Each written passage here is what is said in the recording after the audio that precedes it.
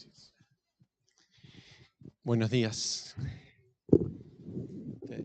Le damos gracias a Dios por su palabra, porque su palabra nos trae sabiduría y es un pasaje un tanto difícil por los tiempos que corren. Pero bueno, vamos a tratar de enfocarnos en lo que Jesús quiere decirnos con este pasaje, ¿no? El título de esta prédica es Matrimonio y la Iglesia, una relación para dejar herencia. Bueno, yo les cuento un poco, yo soy de Argentina igual que Carlos. Me gusta cuando le escucho hablar a Carlos, ¿no? Me siento como en casa. Porque todos nosotros venimos de una casa, de un hogar, ¿no? Y yo estaba enseñando en Barcelona esta semana y había invitado a un amigo mío, Mauricio, para que él nos diera una idea del Ministerio de Restauración, de lo que hace Mauricio, ¿no? Personas muy quebrantadas que van a este ministerio con un quebrantamiento que es emocional, un quebrantamiento relacional y también un quebrantamiento sexual. Y es muy interesante que uno llega ahí a ese ministerio. Yo fui para aprender de Mauricio y realmente no se habla tanto del quebrantamiento sexual. Se va a nuestro hogar y se va ahí donde hemos sido quebrantados emocionalmente y luego se traduce eso en nuestras expresiones a nivel relacional y por último el quebrantamiento sexual, que es ya la fresa de la torta, pero no es tan rica esa fresa. Bueno, hablando de hogar, el hogar es un lugar donde nosotros hemos crecido, un lugar donde nosotros hemos sido formados. Es el lugar de aprendizaje más importante que el ser humano puede tener. Allí es donde se aprenden los pilares de tu vida, para bien o para mal. ¿Y cuál es el problema que nosotros tenemos como iglesia? Que nosotros como iglesia tenemos que ser un hogar. Pero las personas que estamos integrando la iglesia hemos sido quebrantados de tal manera en nuestros hogares que llegamos a la iglesia sin tener una idea de lo que es un hogar o de lo que es un hogar funcional o de lo que es un hogar que verdaderamente debería dar salud y vida y a veces da muchas otras cosas que no son precisamente salud y vida. Por lo tanto, el matrimonio es una institución creada por Dios, ya vamos a hablar de eso, y la iglesia es otra institución muy importante creada por Dios. Y ambas son para establecer una relación para dejar herencia. Ahora, vamos a ver un poco qué significa esta idea de matrimonio e iglesia. Vamos a ver, es tan importante esto porque la creación, el hombre y la mujer, comienzan con un matrimonio, Adán y Eva. Y ya todos conocemos de lo que sucedió con Adán y Eva. El primer milagro que hace Jesús es en el contexto de una boda, son las bodas de Canaán. Y por último, la Biblia concluye con una gran ceremonia y una gran fiesta que son las bodas del Cordero allá en Apocalipsis 21. O sea que vamos hacia una boda, vamos a ir a una boda y nosotros vamos a ser la novia que va a ser presentada. Entonces, la Biblia comienza con un matrimonio, Jesús, primer milagro en un matrimonio, termina esto, va a terminar con una boda. Entonces, Efesios, el apóstol Pablo, toma varios conceptos que no eran nuevos, que ya estaban en la palabra desde el momento de la creación, y él comienza diciendo lo siguiente: someteos unos a otros en el temor de Dios. A mí me gustó porque cuando analizaba el pasaje dice someteos unos a otros. Igualdad entre la mujer y el hombre, pero también tenemos diferentes roles. Obviamente que tenemos diferentes roles, porque como decía mi maestra, una viejita de 70 y pico de años, que me enseñaba estas cosas en México, en el Instituto Bíblico, y esta mujer, muchas de las cosas que aprendí las las puse en este papel. Esta mujer decía, Dios al hombre lo hizo con espaldas anchas para que trabaje y provea para su familia, y a la mujer la hizo con caderas anchas para que dé hijos. Es creacional. Nos guste o no nos guste, pero así es. Luego dice, las casadas estén sujetas a sus propios maridos como al Señor, porque el marido es cabeza de la mujer, así como Cristo es cabeza de la iglesia, la cual es su cuerpo, y Él es su Salvador. Así que, como la iglesia está sujeta a Cristo, así también las casadas lo estén a sus maridos en todo. Acá el tema es que trae cierta efervescencia cuando hablamos de estas cosas. ¿Por qué?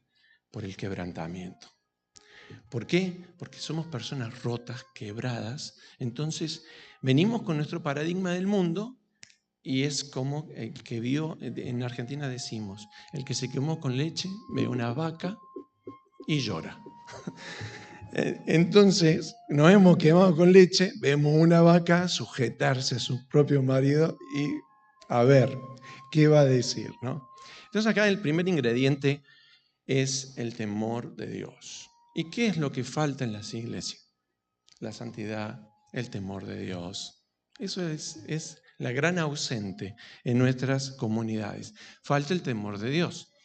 Ahora, ¿qué significa vivir bajo el temor de Dios? Puede ser un concepto que podemos estar 10 horas hablando, pero vamos a sintetizarlo. Vivir bajo el temor de Dios significa estar viviendo bajo el orden de Dios. ¿Y cuál es el orden de Dios? Hay un orden muy claro en las Escrituras. Amar a Dios. Y ahí Dios nos enseña cómo le tenemos que amar, con toda nuestra mente, con todas nuestras fuerzas, con todo nuestro corazón. Amar a los demás.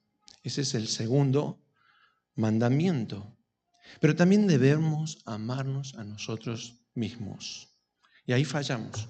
Entonces, como no nos amamos a nosotros mismos, caemos en una serie de decisiones equivocadas donde toda esta estructura de relaciones se empieza a resquebrajar. Pero en términos culturales, nosotros estamos inmersos en la guerra de género. Yo estaba en Barcelona, en Terrassa, visitando a mis amigos, compañeros de la misión. Iba con Silvina y de repente aparece una pared pintada. No estás sola. Esto es una guerra.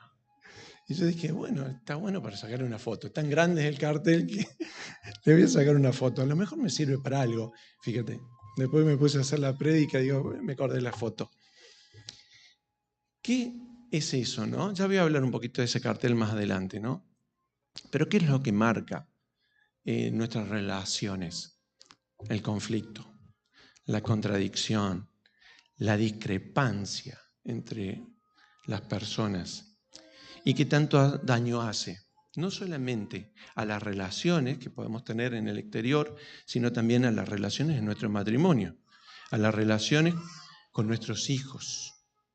Porque somos quebrados, estamos quebrados, nos unimos a una persona quebrada y empezamos a quebrar a nuestros hijos. Y ahí la comunidad se empieza a resquebrajar. Pero también se va a resquebrajar inevitablemente la nación, las naciones. Porque si vos te fijas, las constituciones de todos los países, gran parte de los países del mundo, tienen un artículo que a mí me sorprendía, yo lo veía en un artículo en la Constitución Nacional de Argentina, pero después me di cuenta que lo tenían muchas, especialmente la americana, porque la argentina es una copia de la americana, ¿no? Y dice que el matrimonio o la familia es la célula básica, la célula clave, elemental, sobre la cual se va a montar toda la estructura de la nación. Por lo tanto, toda la nación está apoyada sobre el hogar. Si los hogares están quebrados, ¿qué te parece que le va a pasar al país? Es inevitable. Están rompiéndose los cimientos, como pasó con el edificio en Miami, ¿no? Se rompían los cimientos. Un día que la columna dijo, ya no aguanto más. ¡boom! Murieron más de 100.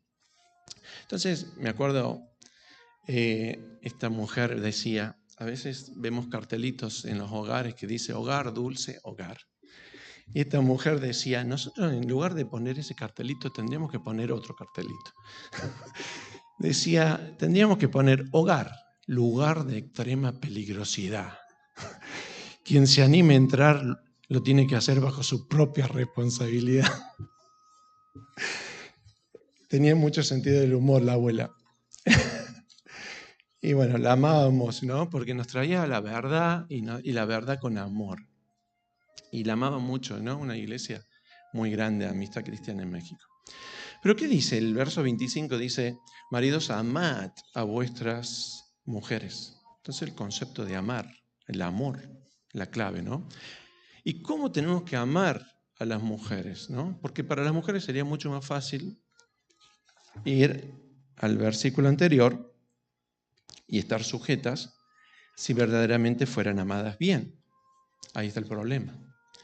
Entonces, ¿cómo es que es este amor? Este amor es como Cristo amó a la iglesia y se entregó a sí misma por ella. Y acá viene una serie de conceptos que nos van a dar un contexto de lo que significa el matrimonio. ¿Para qué nosotros tenemos que amar a nuestras mujeres? Para tener un hogar sano. ¿Y para qué tenemos que tener un hogar sano? Entonces, cuando tú te haces el para qué y el por qué, vas a ir respondiendo un montón de preguntas para luego tener un fundamento para poder vivir. Dice, para santificarla. O sea, el esposo es un sacerdote cuya función es tomar un rol de liderazgo para santificar. Ahora vamos a ver qué significa santificar. Segundo concepto, habiéndola purificado en el lavamiento del agua por la palabra. La palabra de Dios tiene que estar en la casa, en el hogar, y la palabra de Dios tiene que ser la base del hogar y de la enseñanza. Tenemos que tener una cosmovisión bíblica, a fin de, con un propósito, a fin de presentársela a sí mismo. O sea, Cristo, con su esposa, la iglesia, la está ayudando para que se santifique, para que se purifique, para presentársela a sí mismo, la va a traer al altar. Y la quiere una iglesia gloriosa. Entonces el esposo tiene que proveer todos los medios necesarios dados por Dios, porque no tenemos nada nosotros los maridos, todo lo que tenemos de Dios, y tenemos que pedirle a Dios que nos dé de esos recursos para glorificar a la esposa. Que no tuviese mancha, ni arruga, ni cosas semejantes, sino que fuese santa y sin mancha. Así también los maridos deben amar a sus mujeres como a sus propios cuerpos. Y ahí nos encontramos con el primer problema. Porque el problema es que los maridos no se aman a sí mismos. Entonces, si tú no te amas a ti mismo, ¿cómo puedes amar a otros? Y esto tiene bastante contenido. Bueno, el mandato seguido, como bien dije, es amar a nuestras esposas, de acuerdo al orden que Dios ha establecido. Amar a Dios primeramente, amar a los otros, a tu esposa, es tu prójimo, y son una sola carne. Y debemos amarnos a nosotros mismos también.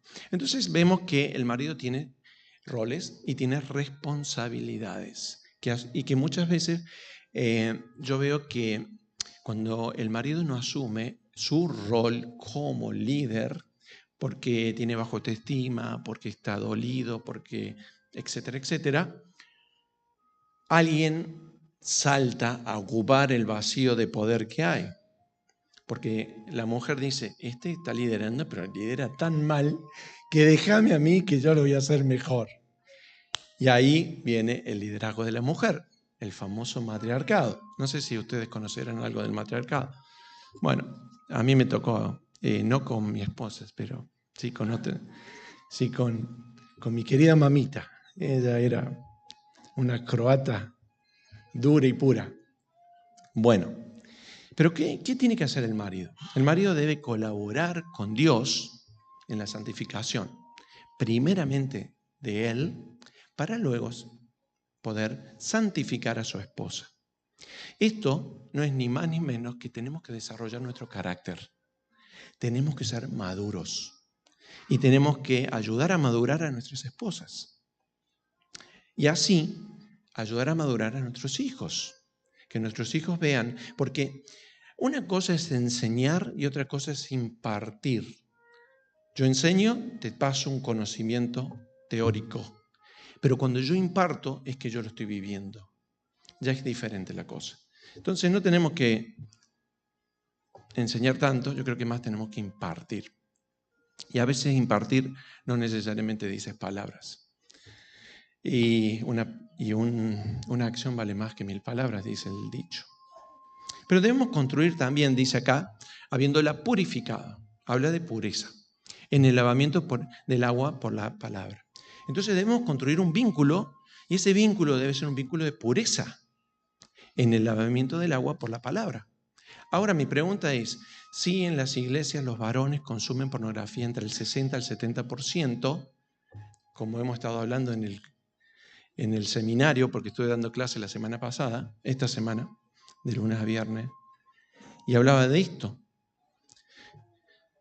El 10º mandamiento es no codiciar.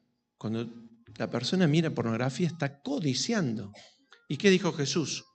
Cuando tú mires a otra mujer que no es tu mujer y la desees, ya estás adulterando. Y los adúlteros no entrarán en el reino de los cielos. Es un cañazo tremendo.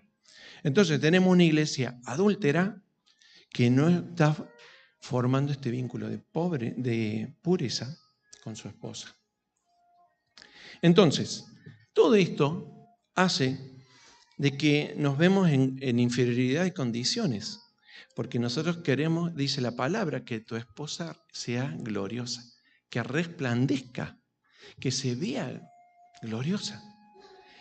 Y también dice que se vea sin mancha, es decir, limpia, completamente limpia. Entonces, si el esposo está trayendo contaminación y toxicidad, tenemos un problema ahí. Ahí ya tenemos algo para empezar a trabajar. Pero dice también, o estaba escribiendo, de que esto de sin mancha es que en el contexto familiar nosotros tenemos que tratar de que en ese contexto familiar no haya emociones tóxicas. Hay un libro del doctor Kohlberg que habla y dice emociones que matan. Un libro de 150 páginas que te habla y te va diciendo cada emoción y todas las toxicidades que nuestro cuerpo genera producto de los estados alterados en los cuales a veces estamos. Y esto lo que provoca es que el esposo desatiende su rol y descuida a su esposa y a su familia. Entonces, esto hace de que no se ve sin arrugas, sino que la familia se ve arrugada. Entonces ahí ya tenemos que ir. Y tenía un amigo en Barcelona, un misionero, y él me dice, y a ver en la práctica, ¿cómo es eso en la práctica? ¿Qué podemos hacer en la práctica? Bueno, en la práctica podemos, como esposa, empezar a confesar nuestros pecados. En la práctica tenemos que orar los unos por los otros, ayunar para quebrar el pecado en nuestras vidas. Tenemos que orar escuchando la voz de Dios. Y escuchar la voz de Dios para ver qué nos dice Dios en la manera en que nosotros vamos a orar y bendecir a nuestros hijos. Entonces, yo esto lo he empezado a hacer con Silvina. Nos juntamos a orar y a escuchar la voz de Dios y después oramos por Naomi, por Benjamín, por Jana, por Micaela. Y ahí eso, en el escuchar la voz de Dios, es como que empiezan a unificarse los criterios. Pues yo tengo un criterio para disciplinar a los hijos o para decirle, che, Benjamín, tenés que hacer esto, esto y esto. Y dale, que va.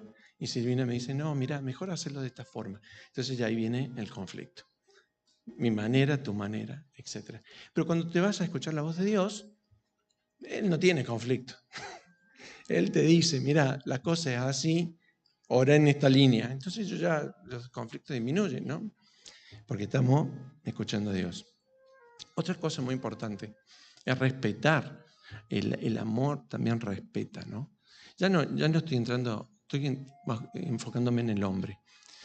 Tenemos que tomar decisiones como líderes, sí, pero tenemos una concepción tan errónea del liderazgo que creemos que ser líder es ser autoritario, dominante, manipulador, intimidador. Y ser líder es totalmente lo opuesto. Ser líder es cuidar, velar, proteger. Entonces, hay muchos malos líderes en todos lados.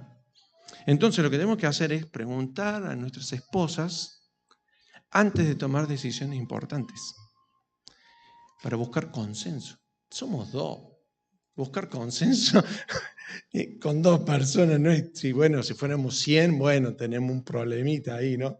Aún así, estuvimos leyendo en esta mañana de que Dios es el Señor de la iglesia. Entonces, en el consenso ya no son los electores los que deciden las cosas de la iglesia, lo debería elegir el Señor, ¿no?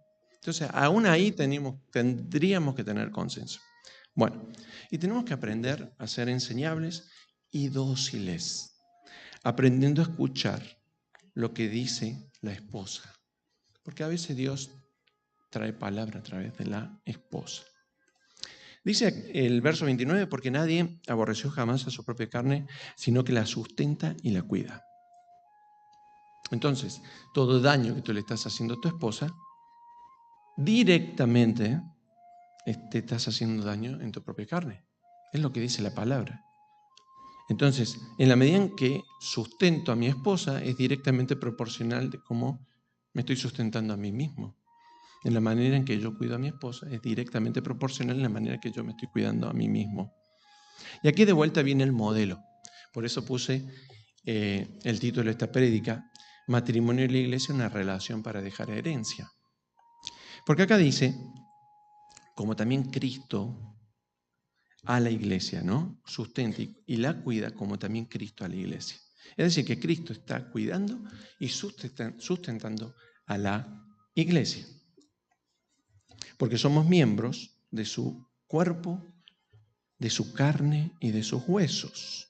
Entonces, acá el apóstol Pablo ya después dice, esto es un misterio. Es decir, la iglesia es,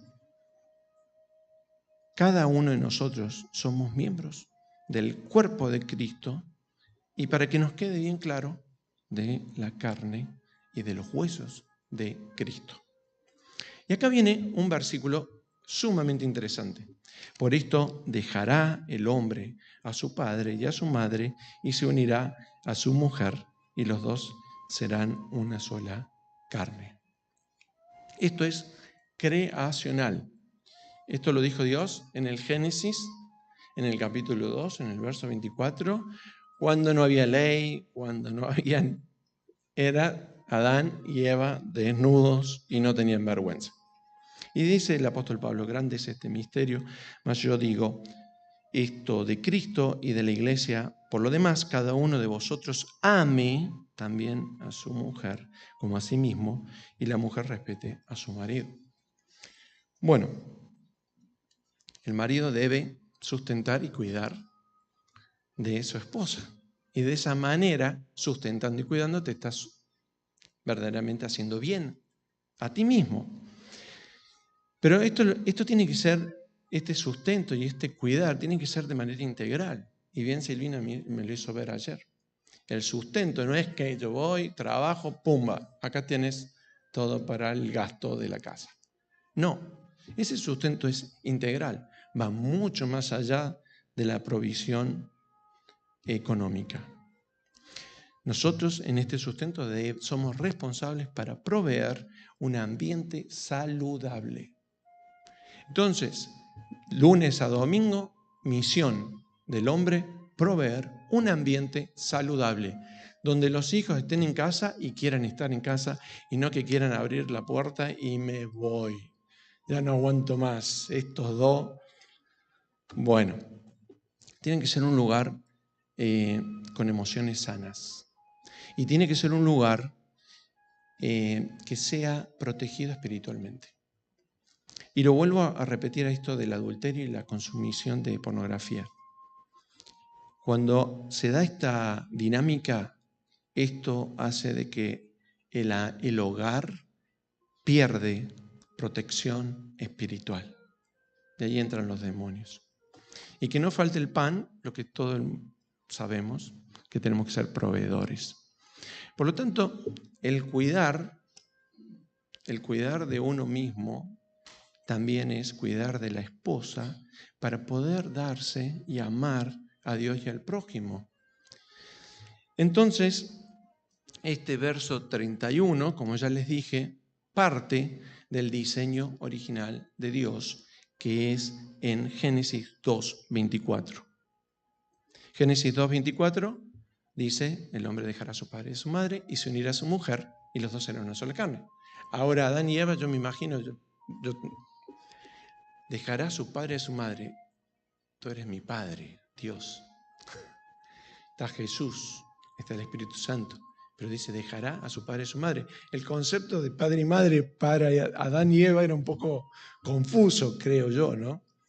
Pero bueno, el Señor le dijo eso, ¿no? Ellos no habían visto un hogar. Ellos sí veían el hogar de Dios. La creación perfecta de Dios. El vínculo perfecto entre Dios Padre, Dios Hijo y Dios Espíritu Santo. 3 personas en un solo Dios.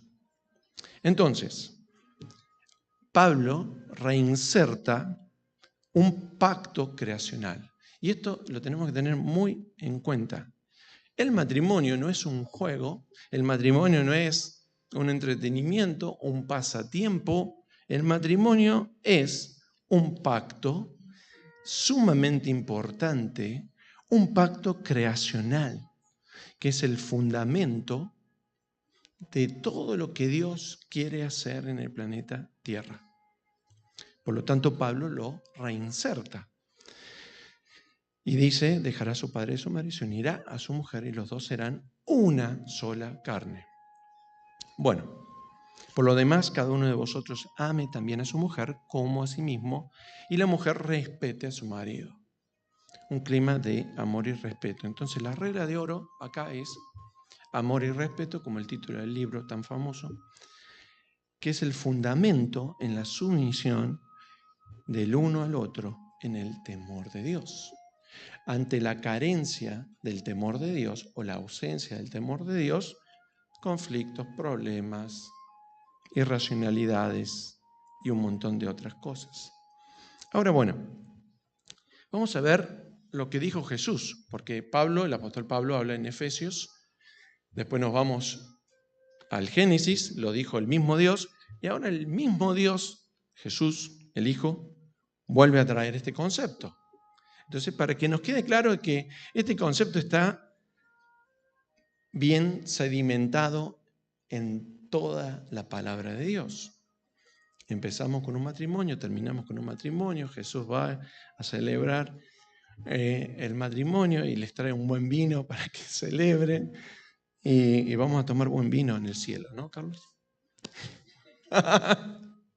Vino mendocino. Bueno, de La Rioja. Vino nuevo, amén, en un odre nuevo. Dice, entonces vinieron a él los fariseos, tentándole y diciéndole, ¿es lícito al hombre repudiar a su mujer por cualquier causa?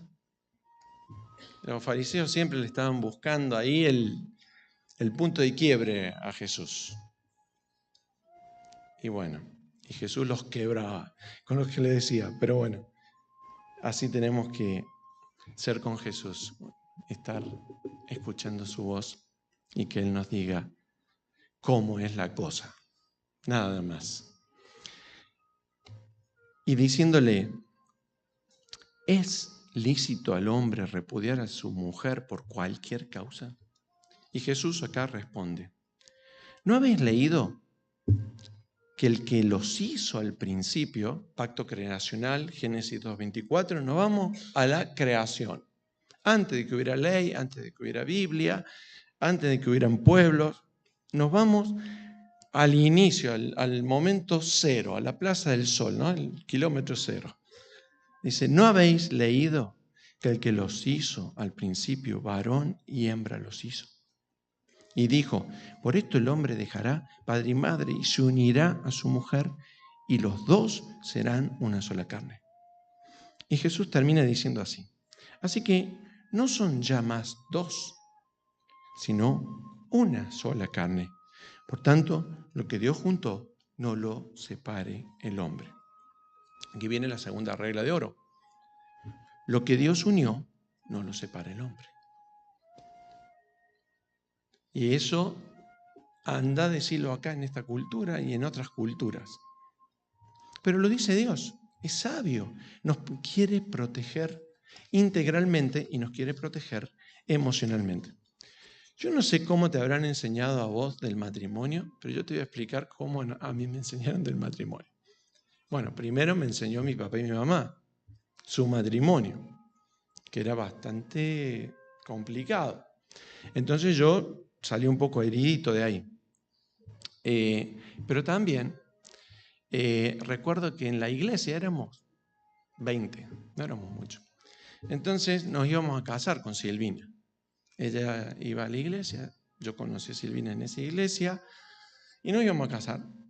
Entonces los misioneros medio como que no tenían un plan, no había un plan.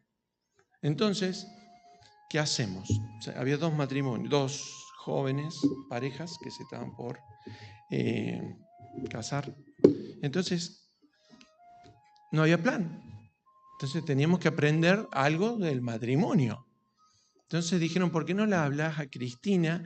Porque ella enseña educación sexual en la escuela pública. Entonces, claro, fuimos con Cristina, nos sentamos a comer y nos dio una clase de educación sexual. Eso fue lo único que recibí del matrimonio. Y con Silvina nos miramos y decíamos, bueno, esto es lo que hay. Pero no entendíamos, es decir, imagínate, no había un plan. Y eso es una tragedia para la iglesia. Porque nosotros necesitábamos entender el significado y el propósito del matrimonio. A mí nadie me lo contó. Entonces, ¿por qué necesitamos entender el significado y el propósito? Porque, como toda relación, tú necesitas saber por qué te casas y para qué te casas. Porque si vos no sabés por qué o para qué, a la primera de cambio tú dices, es que yo me voy. Porque esto es insoportable, no aguanto más. Pero si tú entendieras el por qué y el para qué, ayudaría un poquito, ¿no? ¿No les parece? Entonces, el por qué me caso y para qué me caso. Esto me va a ayudar primero porque vas a tener claros los objetivos que no son nuestros, los dio Dios, objetivos claros. Sabemos hacia dónde vamos, porque todo líder debe saber a dónde va, por eso la gente lo sigue. Pero la gente cuando está atrás y no sabe hacia dónde va, dice, bueno, dame que yo lo hago mejor. Y salta, ¿no? Vacío de poder. Nos sirve el por qué y el para qué para no desanimarnos cuando vengan las dificultades. Y van a venir las dificultades. Clavado. Tan creacional como el mandato del pacto es que vamos a sufrir. No hay ninguna duda. Pero también nos sirve saber el por qué y el para qué para evitar confusión, para evitar muchos problemas relacionales, para evitar muchas contradicciones y evitar el daño que vamos a hacer. Porque le vamos a hacer daño a la esposa y después a los niñitos que van a venir. Y Dios quiere proteger a los niños, por eso es que puso reglas en el matrimonio para que todo funcione de acuerdo al diseño. Después ya que nosotros agarramos otro manual, bueno, ya es otra cosa. Pero tenemos un manual, entonces estamos volviendo a nada nuevo, es lo que dice el manual. Entonces tenemos que tener una concepción clara y precisa de la visión bíblica del matrimonio.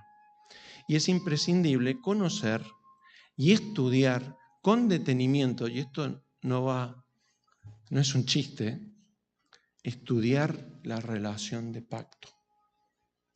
Porque Dios tiene una relación de pacto con nosotros.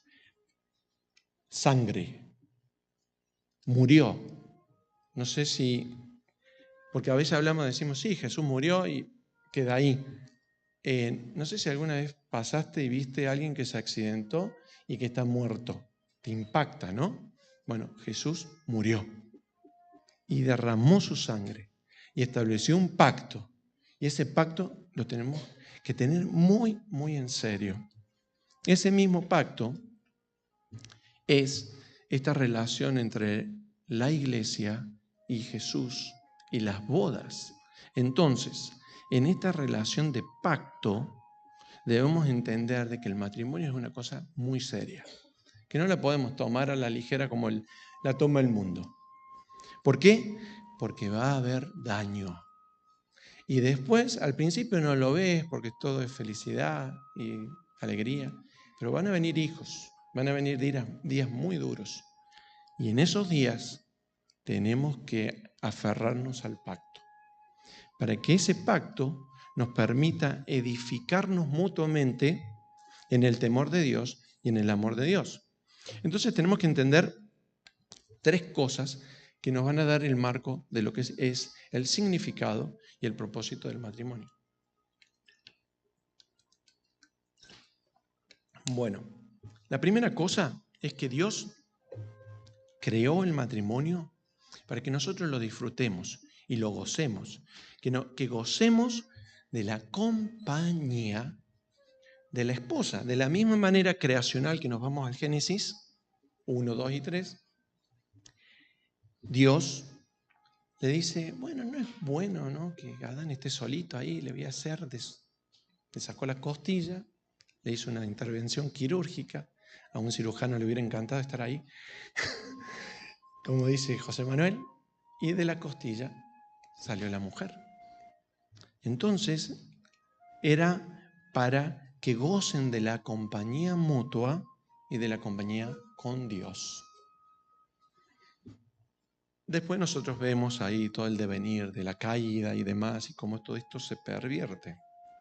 Luego, pero principio número 1, gozar de la compañía mutua y de la compañía de Dios. Esa es una clave para entender el significado y el propósito del matrimonio. Otro propósito del matrimonio es procrear hijos y criar hijos. Fíjate que hay muchos matrimonios que no quieren tener hijos, porque dicen, no, tener hijos cuesta mucho. Y yo me acuerdo, Jim, el que me casó a mí y a Silvina y a mí, él decía que él era al último ya dejó la misión y se puso a trabajar en el maní. Y venían millonarios del maní de Estados Unidos ahí en una región de Córdoba que se produce mucho maní. El maní es el cacahuate. Acá Carlos me traduce. Y producían cacahuate, ¿no? Y viene un millonario y le dice, nosotros nos decidimos no tener hijos porque cada hijo cuesta $250,000. No sé cómo sacó ese dato, pero creo que a mí no me salieron tan caros. Pero bueno, él no tenía hijos porque era un tema económico, ¿no? Y acá, lamentablemente, en España es por un tema económico que muchas familias no tienen hijos. Y acá en España, 1,33 es el ratio de hijos por familia. Y las estadísticas dicen que tiene que ser 2,3 como para medianamente compensar la tasa de crecimiento vegetativo. Y yo hice un análisis, y esto me estoy saliendo del libreto, pero un análisis breve, porque a este problema le tienes que agregar que el aborto es una tragedia en este país, una tragedia muy grande, muy silenciosa. Se han abortado, yo hice una estadística, tal vez mi estadística tiene muchas críticas, pero yo calculé que desde que se aprobó el aborto hay 5 millones de bebés abortados. Entre bebés abortados, estimaciones porque hay abortos químicos que no aparecen en las estadísticas, pero también hay muchos bebés que podrían haber nacido de esos bebés abortados hace 30, 40 años, ¿no? Uy. Entonces, la tasa se queja España porque la tasa de crecimiento vegetativa es negativa. Y claro que es negativa, porque si vos le sumás los 100.000 abortos por año, ya te daría positiva la tasa de crecimiento vegetativa. Pero este país ha sido bendecido. ¿Y saben por quién? Por los inmigrantes. Hice un cálculo de la cantidad de inmigrantes que han venido acá a España y me da más o menos 5,5 millones de inmigrantes. Los inmigrantes, cada uno de ustedes que son inmigrantes, yo también, somos sangre que hemos llegado. Se ha perdido 5 millones de bebés, 5 millones de seres humanos, que es sangre que se ha perdido, que han sido asesinados. Y Dios, en su misericordia, porque ama tanto este país, ha traído 5 millones de individuos con sangre nueva. Bueno, si me escucha un político va a tener a lo mejor puntos de vista diferentes sobre lo que estoy diciendo. Pero bueno, sigamos. Esto no es para hacer política. Para que nuestro matrimonio encuentre significado y propósito creacional, como dije, tenemos que entender el pacto, la relación de pacto.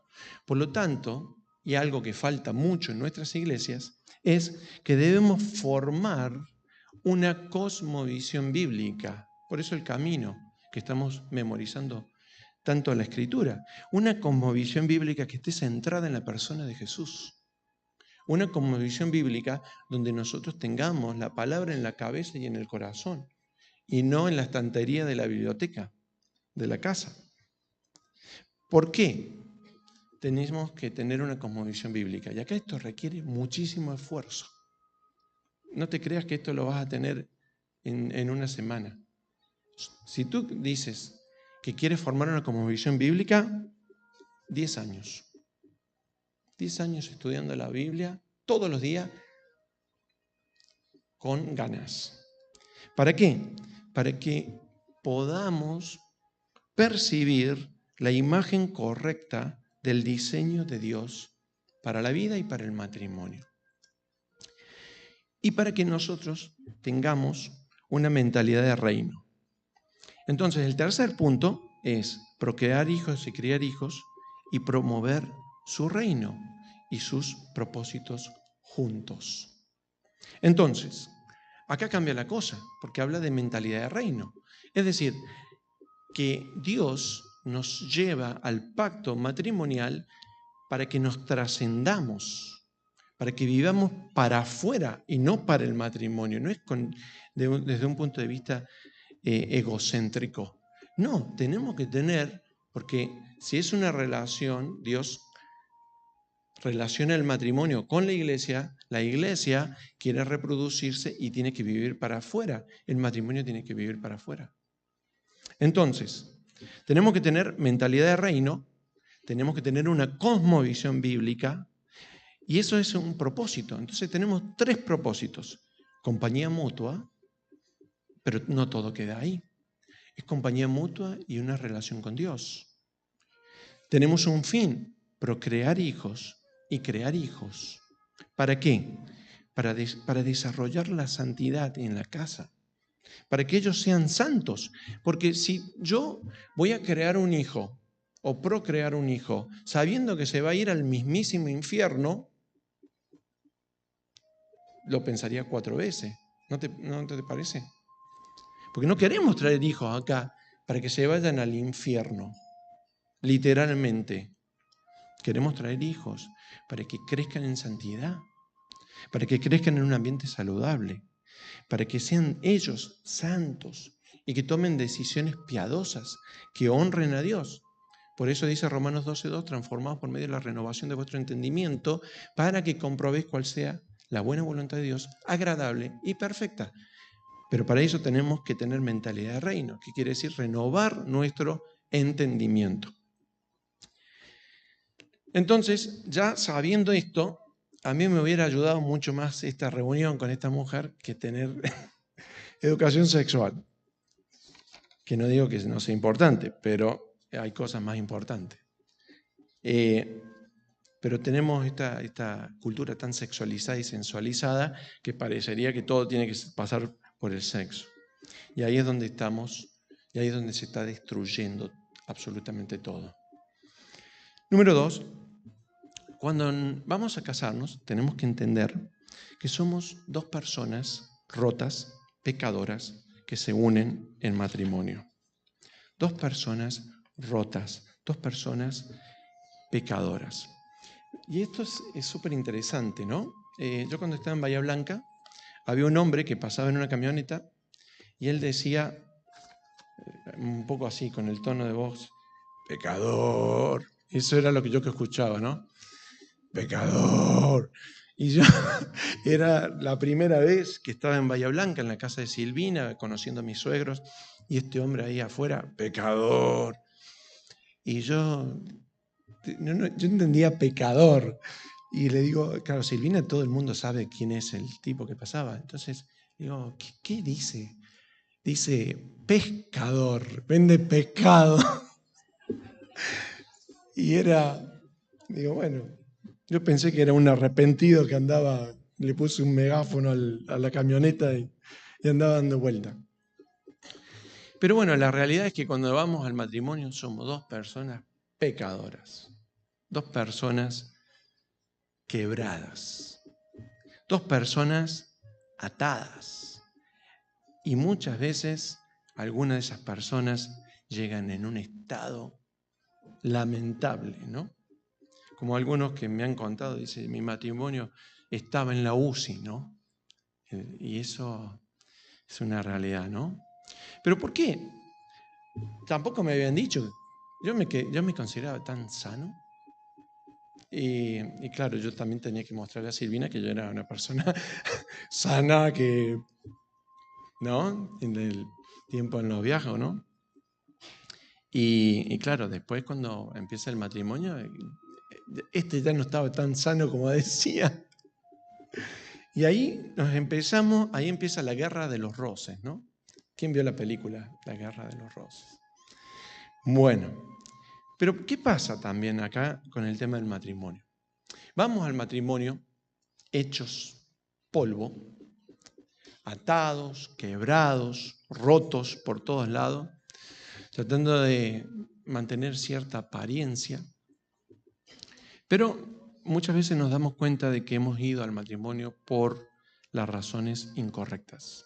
Es decir, que hemos tenido motivaciones incorrectas para unirnos en matrimonio. Algunos se han casado para escaparse, huir de la realidad, huir del dolor, huir de miles de cosas, huir de los abusos, del maltrato, de los traumas, un montón de cosas que han sucedido y la persona está tan herida que cuando pasa el Salvador o la Salvadora, tú te le tiras encima y por favor llévame, ¿no?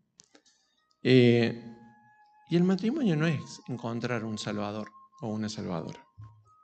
Nada que ver con eso. Pero hay otros que también tienen motivaciones incorrectas, ¿no? Y es querer ser el salvador de alguien. Porque te sientes, yo a este lo voy a salvar. Mira cómo está, lo voy a salvar.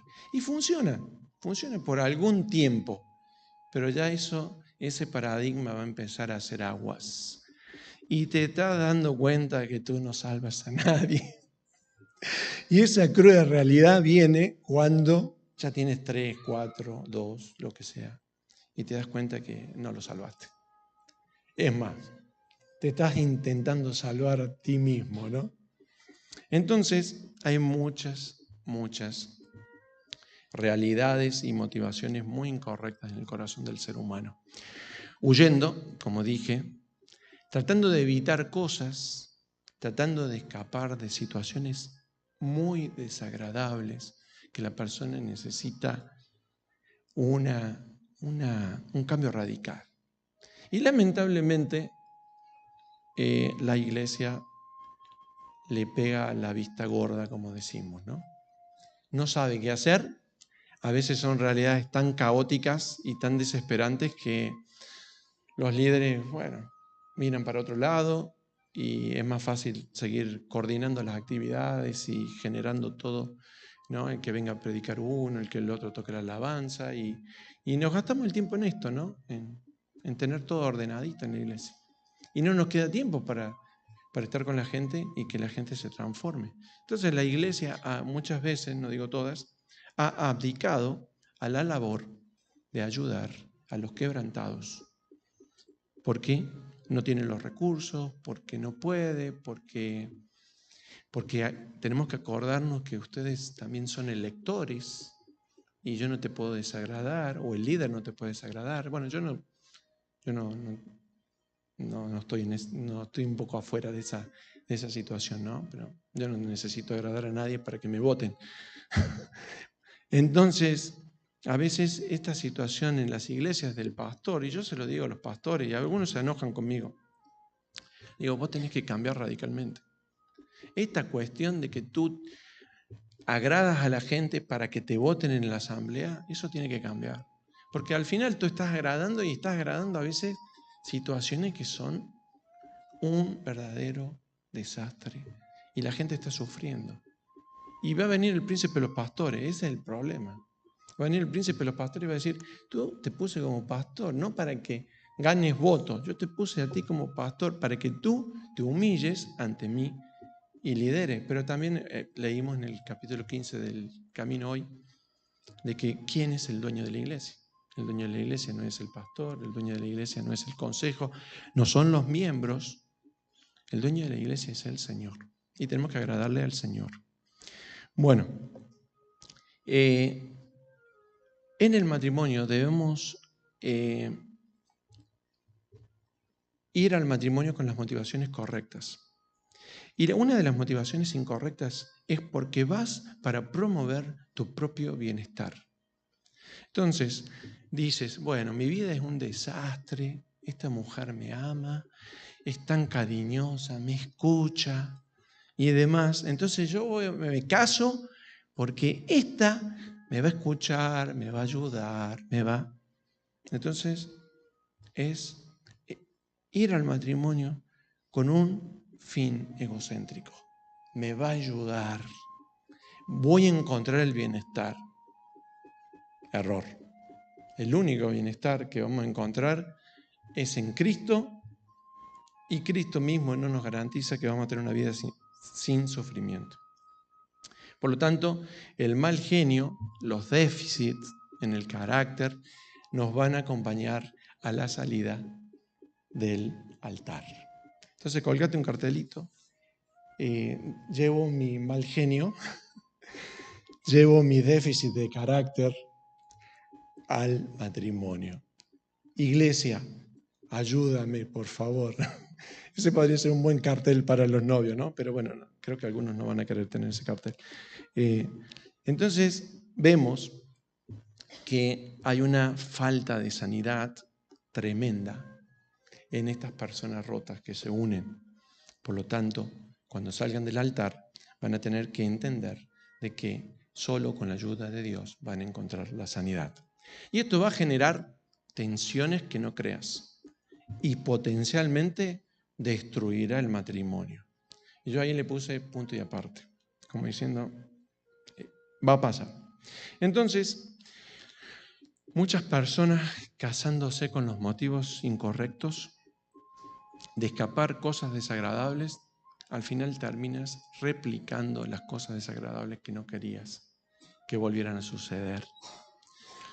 Pero no importa cuán gloriosa sea la institución del matrimonio, el matrimonio nunca fue creado para sustituir la difícil tarea de colaborar con Dios en el desarrollo de nuestra santidad primeramente y como consecuencia nuestra sanidad.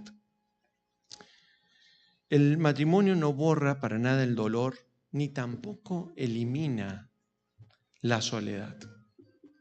Muchas veces podés estar muy solo pensando que en el matrimonio ibas a estar acompañado y no gozas no gozas de la compañía mutua del matrimonio, porque verdaderamente hay tanta toxicidad que los dos ya corren cada uno por su lado. Porque las personas muchas veces, o la gran mayoría, se casa principalmente intentando buscar bienestar. Y ese bienestar solamente lo puede dar Dios. Entonces estamos un poco volviendo a Efesios 5 para poner en orden las cosas creacionales, ¿no? Entonces, somos nosotros llevados al matrimonio por el Señor, porque Él nos provee de una esposa o de un esposo, y debemos entender que nosotros tenemos que ir al matrimonio no para satisfacer nuestras necesidades egocéntricas, sino para sustentar, para cuidar y para satisfacer las necesidades del otro. Y aún así, satisfaciendo las necesidades del otro, vas a bendecir a tu familia. Como me decía mi amigo Jaime de Brim, decía, muchos de nosotros miramos al papá para tratar de, y vamos a entender o conocer el amor de Dios. Pero cómo la mamá lo trata al papá, de esa manera vamos a aprender cómo nosotros deberíamos responder ante el amor experiencial de Dios. Cuando mamá y papá son disfuncionales, no aprendemos esas cosas. Nos cuesta mucho recibir amor y nos cuesta mucho entender el amor de Dios. Por eso es que tenemos que erradicar estos rasgos de carácter y los sentimientos que llevabas antes de casarte, esos sentimientos tóxicos, para perdonar, redimir y para así encontrar sanidad profunda. Y lamentablemente, muchos van al matrimonio con un pensamiento hedonista, es decir, buscando el placer, o con un pensamiento narcisista. El único que importa soy yo y la otra me tiene que servir a mí. Y entonces tenemos, como decía Naomi cuando era chiquita, que hay un problemita.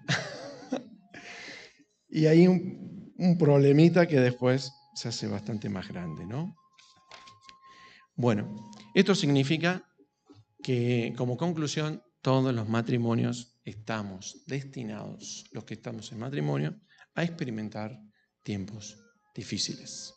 Pero como esta relación de la iglesia y el matrimonio es algo conjunto de los que estamos en la iglesia, debemos aprender a ayudar en los tiempos difíciles para tener la cosmovisión bíblica correcta. Como conclusión, el pecado destruye relaciones. El pecado es el problema que nosotros tenemos en el matrimonio y por eso Jesús pagó con su sangre por nuestros pecados. Y nosotros tenemos que confesar nuestros pecados. El pecado rompe todo lo que agarra lo rompe. Y tenemos tres cosas que rompe: la relación mía con Dios. El pecado tiene consecuencias en cuanto a la relación conmigo mismo, pero también en la relación con los demás. Y el Proverbio 8:36 dice: el que peca contra mí defrauda su alma. El que a mí me aborrece, dice el Señor, ama la muerte. Entonces, un pasaje bíblico para memorizar: el que peca contra mí defrauda su alma. El que me aborrece ama la muerte. Entonces yo creo que es un buen tiempo para tener un nuevo comienzo, recomenzar. Y en este nuevo comienzo tenemos que entender primeramente el propósito de Dios, tenemos que entender el significado del matrimonio, entender que Dios nos está perfeccionando a nosotros dentro de los sufrimientos que nos está produciendo el matrimonio y dentro de las dificultades que nos está llevando el matrimonio. Y si tú te pones a hilar bastante fino, te vas a dar cuenta de que no es tu esposa y que son muchas las raíces que tienes en tu espalda o la mochila que llevas. Entonces hay que trabajar ya en muchas cosas de hace muchos años atrás, antes de la existencia del matrimonio. Por lo tanto, bueno, repasando los tres pilares, porque a mí no me los dijeron, los repaso ahora de vuelta, ¿no? Para que nos llevemos, sácale una foto, no sé. Lo puedes poner en la heladera, en el refrigerador. ¿Cómo se dice acá? Refrigerador. En la nevera. Vale. Entonces, gozar de la compañía mutua entre el matrimonio, hombre y mujer, y con Dios. Procrear y crear hijos dentro de la santidad de Dios para que sean santos y promover una mentalidad de reino. ¿Qué quiere Dios? Dios quiere que nosotros gocemos de todas las relaciones, de la relación con Dios primeramente, de la relación con los demás y de la relación con nuestra esposa y con nuestros hijos. Por lo tanto, nosotros tenemos que, como matrimonio, tener muy en claro que tenemos que crear un ambiente saludable, un ambiente salutífero. Y me gusta esta palabra salutífero. Saludable es porque nosotros estamos medianamente en un ambiente funcional y que cada uno ocupa su función y la lleva adelante, la función que Dios le ha dado. Y salutífero es que promueve la salud. Un lugar que promueva la salud. Pero no solamente la salud física, porque vos te pones a pensar y lo único que pensás es la salud física. No, la salud física comienza en la salud espiritual, en mi relación con Dios. La salud física comienza también con nuestra salud emocional. Pero la salud emocional, primero tiene que haber salud espiritual, porque en la salud espiritual tú tienes una cosmovisión bíblica y ya no tienes amargura, enojo, ira, gritería, todas las cosas que dice, quítense de vosotros todo enojo, ira, gritería, maledicencia y toda malicia. Ahora tenemos que tener amor, gozo, paz, benignidad, bondad, mansedumbre, dominio propio, paciencia, templanza, humildad. Entonces ahí tenemos que primero salud espiritual. Necesitamos salud espiritual. Necesitamos salud emocional. Pero la salud emocional viene cambiando la cosmovisión. Tenemos que tener esta cosmovisión bíblica. Para así lograr un ambiente sin emociones tóxicas. Y de esa manera ayudar a nuestros hijos a crecer en santidad y en el temor de Dios. Porque el plan de Dios es un plan integral para que nosotros cumplamos la misión que Dios tiene dentro de su paradigma y dentro de su misión. Bueno, aquí el matrimonio es un vínculo para incrementar el bien del otro y de las relaciones, crear y modelar y pulir nuestro carácter y atraer a las personas al amor. Y bueno, hay acá algo que me llama la atención, ¿no? Que había estudiado hace un tiempo. Hay dos tipos de tierra, la tierra del juicio y la tierra de la gracia. En la tierra del juicio es una tierra donde hay independencia, hay autosuficiencia, hay aislamiento, hay endurecimiento de corazón. Esa es la tierra del juicio. Pero en la tierra de la gracia, de la gracia de Dios, hay enriquecimiento de las relaciones, vida abundante, trabajo en equipo, consensuando cada cosa que vamos a hacer. Ahora la pregunta que tengo para ti es, ¿dónde quieres estar? ¿Quieres estar en la tierra del juicio, de la falta de perdón? ¿O quieres estar en la tierra de la gracia? Allá atrás, en el filmín anterior, dice, no estás solo, esto es una guerra. Eso es la tierra del juicio. Y Dios quiere que estemos en la tierra de la gracia. Este es mi amigo en Barcelona predicando el evangelio a un vagabundo. Y estuvo ahí un rato hablando y bueno, saqué una foto, ¿no?